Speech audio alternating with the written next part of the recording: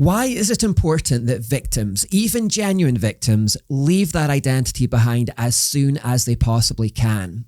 Well, because if they don't, they will become disempowered and enfeebled by holding on to the victimhood mentality.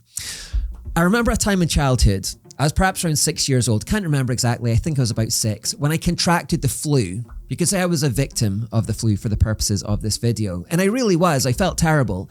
When my mom came in and saw my condition and felt my temperature, much to my delight, she insisted I had to stay off school that day because I was in no fit state. And I loved that idea. For the rest of the day, I got to lay in bed comfortable. I was waited on hand and foot. My every whim was being catered to, food and drink on demand, soup and all kinds of things. For that day, I basically lived like a king. And I loved it. I loved wallowing in the sympathy and compassion that contracting the flu had afforded me. I was like John in the poem. Even though this thing had happened, I quite enjoyed being fussed over as a result.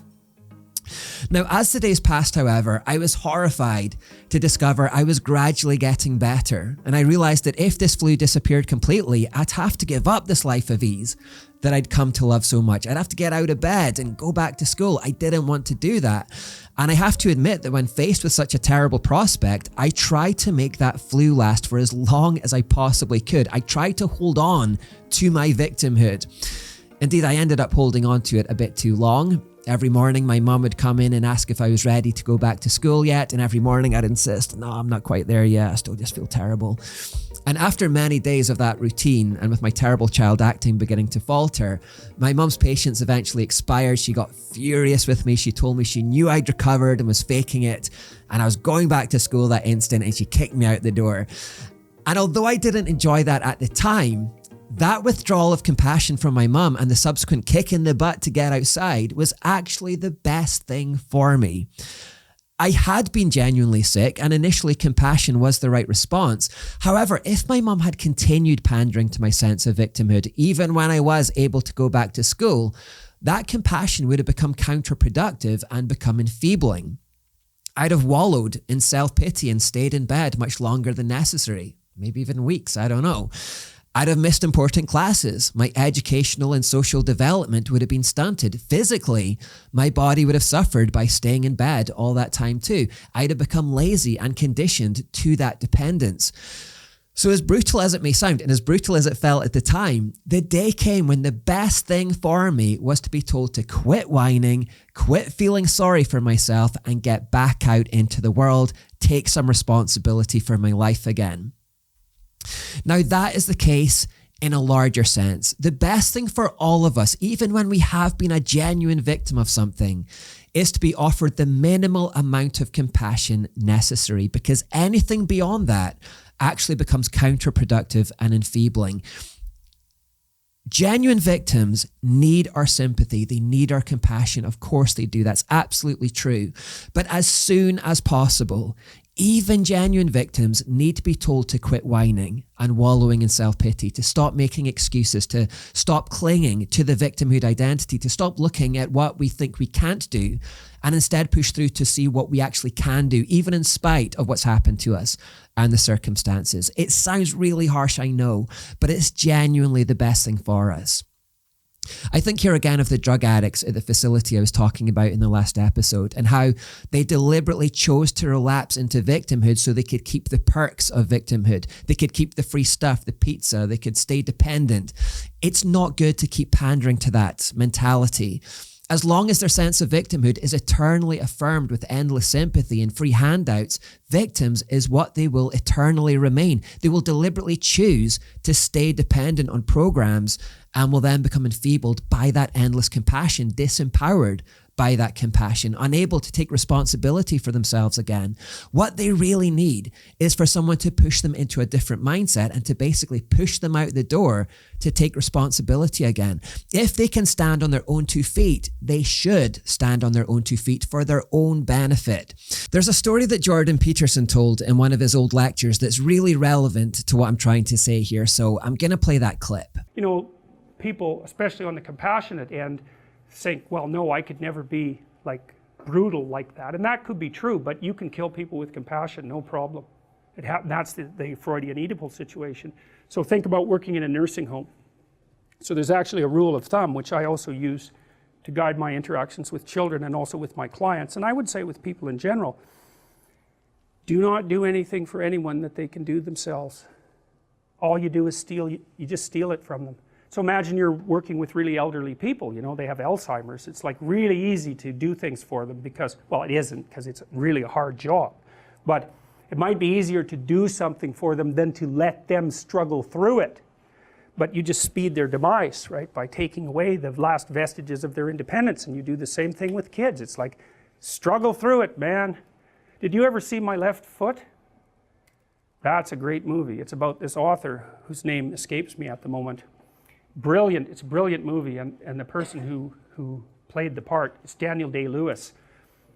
I think he won an Academy Award for it, but it's about this author in Ireland who was, I think he had cerebral palsy, and all he could really do was use his left foot. That was it. The rest of him was pretty spastic and not controllable. But he was there, he was very intelligent, and he was with it, and his dad would not help him. He had to drag himself up the stairs with his left foot. He just would not help him. And what happened was, he learned how to live. You know, he could function. And the movie does, the book, which is called My Left Foot, and the movie does a lovely job of laying that out, but you have to be one hard-hearted son to let your son crawl up the stairs with his left foot over and over. You think about that. But what's the alternative? You know, if he would have been, and of course he lays this out in the book, if he would have been catered to, he would have ended up just like you'd expect someone who was always catered to. So it's a very nice lesson in the triumph of fostering independence over too casual compassion. Imagine someone says, I really wish I could play the piano, you know, but unfortunately I had a stroke when I was younger, so I can't. There are two responses to a statement like that. The first one is what you may think is the compassionate response. You could sympathize with them. You could say something like, such a shame. Oh yeah, you'll never be able to play the piano. That's so sad, you poor thing, because you'd really like to, but you just can't. That's such a shame. And you think you're being compassionate in the sympathizing, but actually you're just encouraging and engendering the sense of helplessness and maybe a sense of self-pity as well, in which case they're never going to find out whether they actually could. They're not going to find out what they're capable of. Now, the other response may seem really harsh, but you could say something like, look, I get the stroke has made it harder. I get that. But stop using that as an excuse not to even try. At least try, go and struggle through it and see what happens. Now that may seem a really harsh response, especially as you see them trying to struggle through it. But what if they could play the piano in spite of everything? Of course their stroke's going to make it harder, but what if they could struggle through and eventually do it? If you pander to them as a victim forever and just affirm their sense of helplessness, they would never fulfill that potential. They would never learn to play the piano. So at some point, it's far more empowering to withdraw the compassion, to tell them to stop seeing themselves as a helpless victim and to stop using their circumstances as an excuse not to even try. As a rule of thumb, there should always be a limit on compassion for victims because at some point it will enfeeble the very ones you're trying to help and it'll keep them pinned down by life and by circumstances. There's another relevant Jordan Peterson lecture that I'm going to play here regarding his daughter's illness when she was younger. My daughter had a lot of illnesses when she was adolescent, and they were very serious, and it was very difficult to figure out what to do about that because you couldn't exactly apply normative rules, right? And we always had to figure out if she was communicating her symptoms to us, how seriously to take those. And the answer was the least amount of serious possible. It's something like that because we needed to know and she needed to know what she could do in spite of the fact that she had problems. And one of the things I really tried to instill in her, and I think it worked, is that you don't ever want to use your illness as an excuse for not doing anything. Not consciously. You know, sometimes you might not know, I'm not feeling well, what can I do? Well, you don't know, right? Because sometimes when you're not feeling well, you can do more than you think, and sometimes you can do less than you think. It's not like it's obvious, but sometimes it's obvious, you know, this little temptation flits through your mind and you think, well, I don't really want to do what I'm doing today and I'm not feeling very well, so I don't have to do it. You do that 100 times, then you don't know how sick you are anymore. And then you're in real trouble because not only are you sick, but you've muddied the waters. And so you have both problems then, is you're actually ill and you've betrayed yourself by using that as an excuse not to pursue your responsibilities. If you really want to help people in the long run, you have to discourage a sense of victimhood as much as you possibly can. If you really want to see people maximize their potential and make the most of their lives, you must help them to see themselves not as helpless victims of circumstance, but instead as people with personal agency who have the capacity to achieve and overcome in spite of everything that they're going through, whether it be setbacks or disappointments or frustrations or even health issues. As soon as I was recovered from my flu, the best thing was to quit pandering to my victim mentality and to kick me out that door. When Jordan's daughter was trying to wallow in victimhood because of her illnesses, the best response was to say, no, you're not going to use that as an excuse not to try. Get up, give it a shot, see what you can do in spite of everything you're going through. And the same thing goes for the guy who could only use his one left foot. As brutal as it may sound, the best thing that we can do for anyone is to give compassion in the first instance, yes, but then put a limit on that compassion as soon as we possibly can and say, now what? Are you just going to sit and wallow in sadness forever and let that one event define and destroy your entire life? Are you just going to live with a sense of helpless defeat and use that as an excuse never to try? Or are you going to get up, shake it off, and overcome that setback? Now, the problem with intersectional theory is that it encourages the first thing. It encourages victimhood, eternal victimhood. It encourages people to grasp for it, to wallow in it, and to never let it go, to never leave that identity behind, even if they could. And as a result, it's enfeebling people. The mindset is making people feel helpless, feel depressed, like they have no agency in the world. Because of course, victims don't have any agency. They have things done to them. They don't do things to the world does things to them. Here's a South African woman called Z Powell, who didn't feel like a victim when she was in South Africa, just because she was a black woman. But then she went to Cambridge University in the UK. The woke crowd got a hold of her. They started pushing this ideology on her. They told her that even though she didn't feel like a victim, she was one, and that she should lean into it, grasp for it. And this is what happened to her mindset. It sounds just incredibly sad because you're denying that you have agency in the world. And that's so disempowering. How are you going to improve yourself? How are you going to build a career? How are you going to get married or do whatever it is that you want to do if you don't believe that you have agency? You're literally powerless. Yes. Yes. Yes. And I definitely, especially when I was at university, I definitely felt that. And I experienced that. I was in despair, like constant despair for days.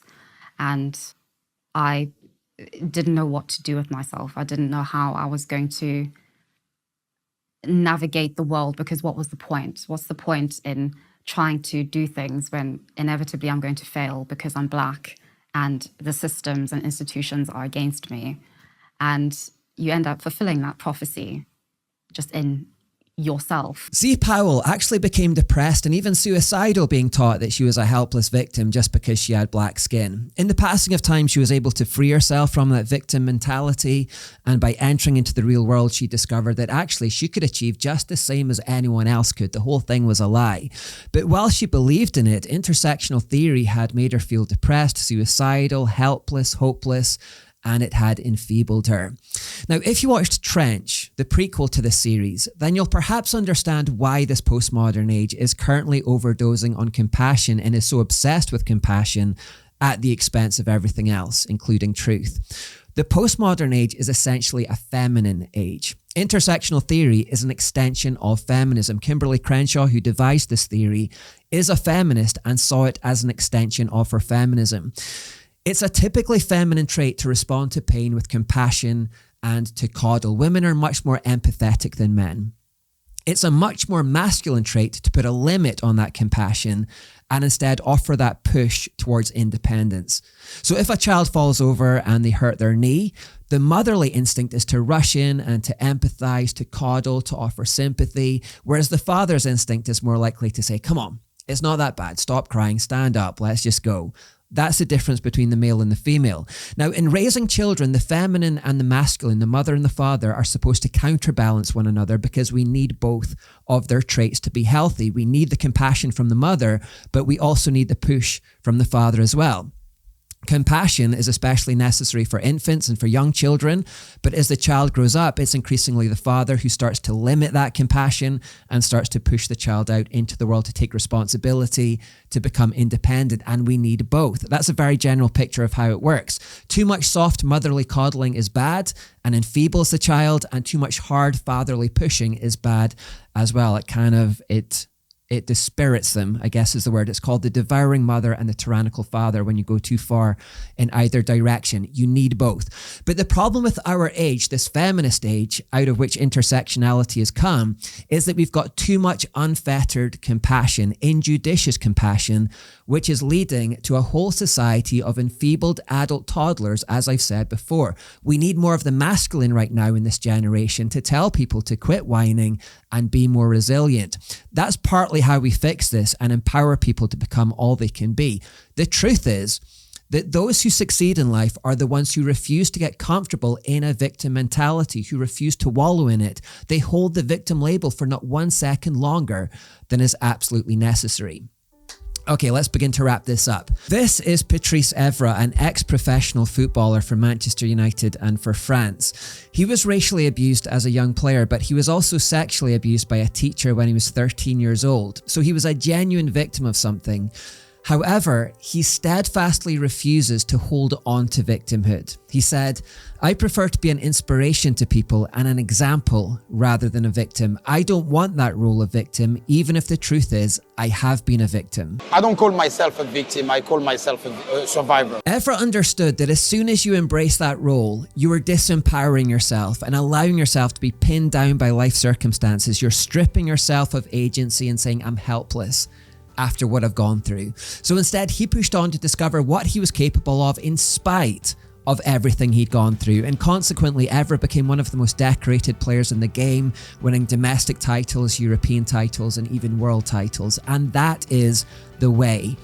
If you're not a victim, don't be a little brother. Don't pretend that you are one. It doesn't do you any good. But even if you are a genuine victim, try to hold on to that title as little as possible, because in the end, that's going to be the way to success. If everyone using intersectionality as an excuse to be a victim gave it all up, they would soon discover they're capable of far more than they realize. And many of the perceived barriers that they've been told exist really actually don't. And that's a far better message to be telling people about in these days. Not one of victimhood, but one of hope, one of character development, and one of success.